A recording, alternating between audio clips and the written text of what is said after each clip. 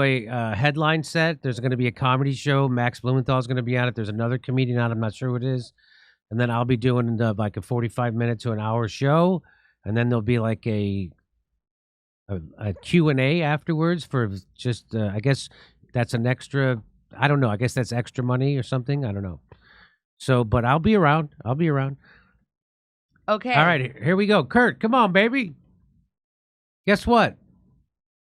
A second Boeing whistleblower dies suddenly. Ugh. What do you got? What are you, conspiracy theorists? This is normal.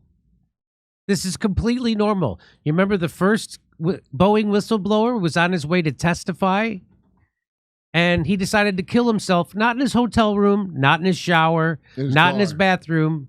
He decided to leave his hotel room, go out in his car, and kill himself in his car. He felt so bad about whistleblowing. Yeah. He felt just awful about what he said. He was about feeling Mr. so, Boeing. yeah.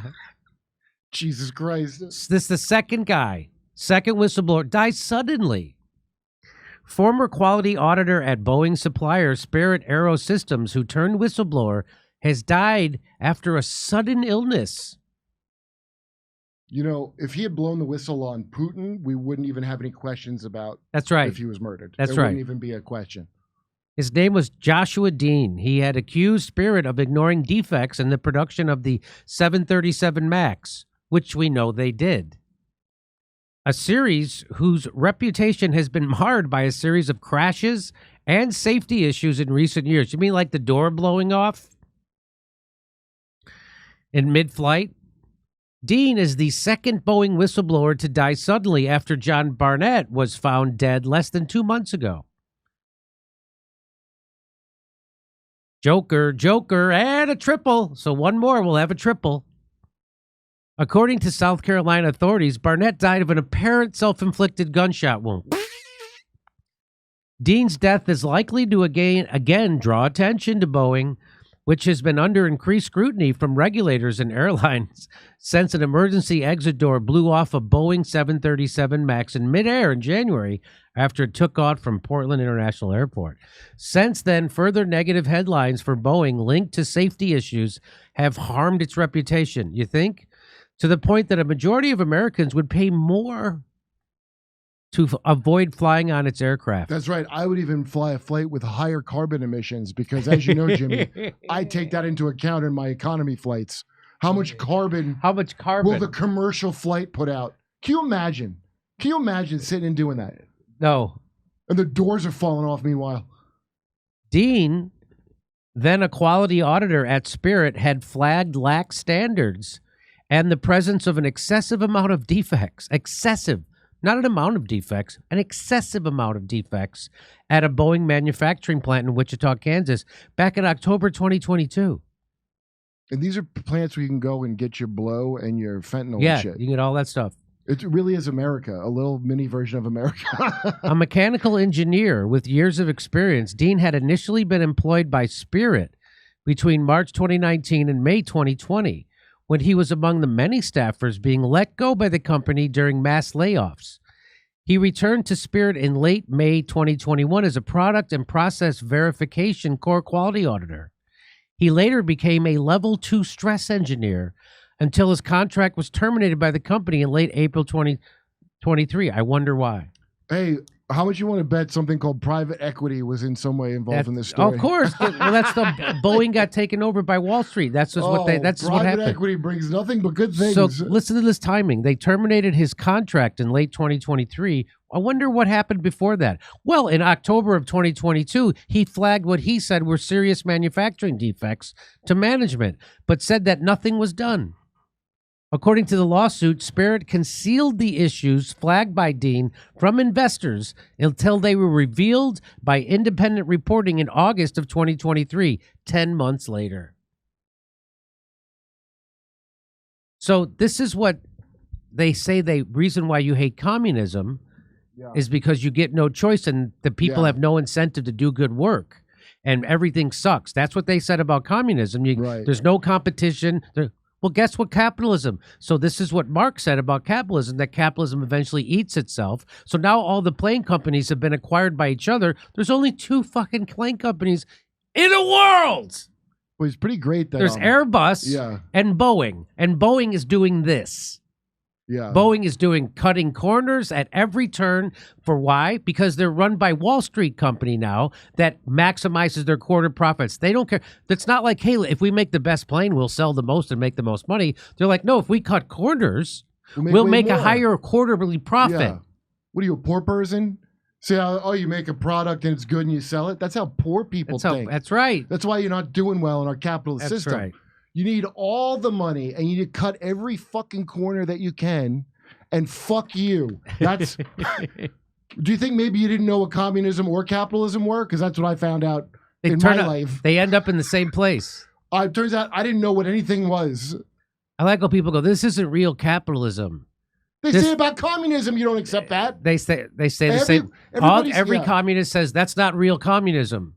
And every capitalist says that's not real capitalism. Hey, I bet it doesn't matter if you don't have the right people, does it? Capitalism, what capitalism does is it eats itself, so you get less competition, you get less choice, right?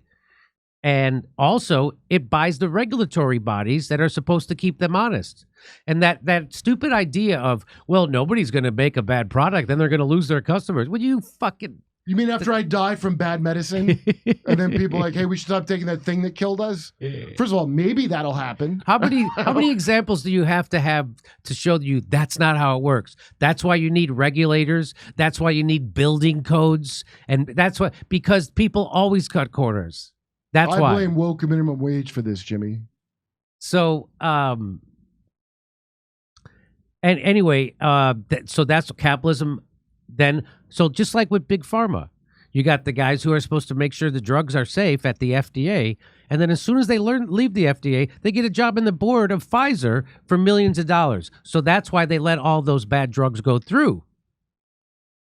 There's some crazy high number of the drugs that have to be recalled, like 25%. Of the drugs. Don't quote me on that fact, but it might be even higher than that. It's a shocking number. It's a shocking high number of drugs that get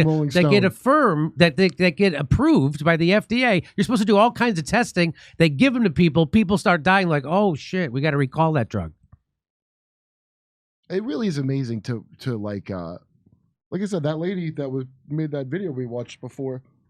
It is dawning on people, and it's not from them getting the word of the truth. You could just see what's happening.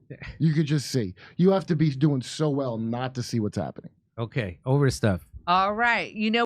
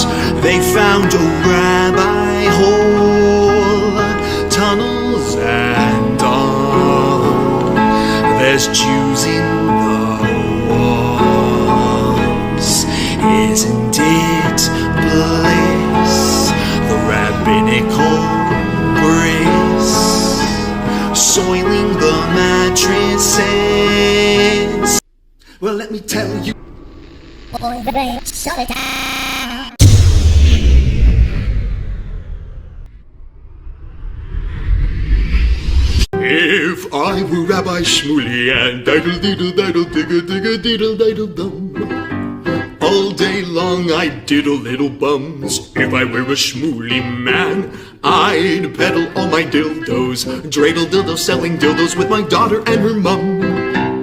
If I were a Jewish mooly man, I'd be digging with a dildo in my bum. I'd wear a grotesque nose and go grab some goyim right on the nipple with a pinch. A Shabbos lap dance brace for the youngest mensch.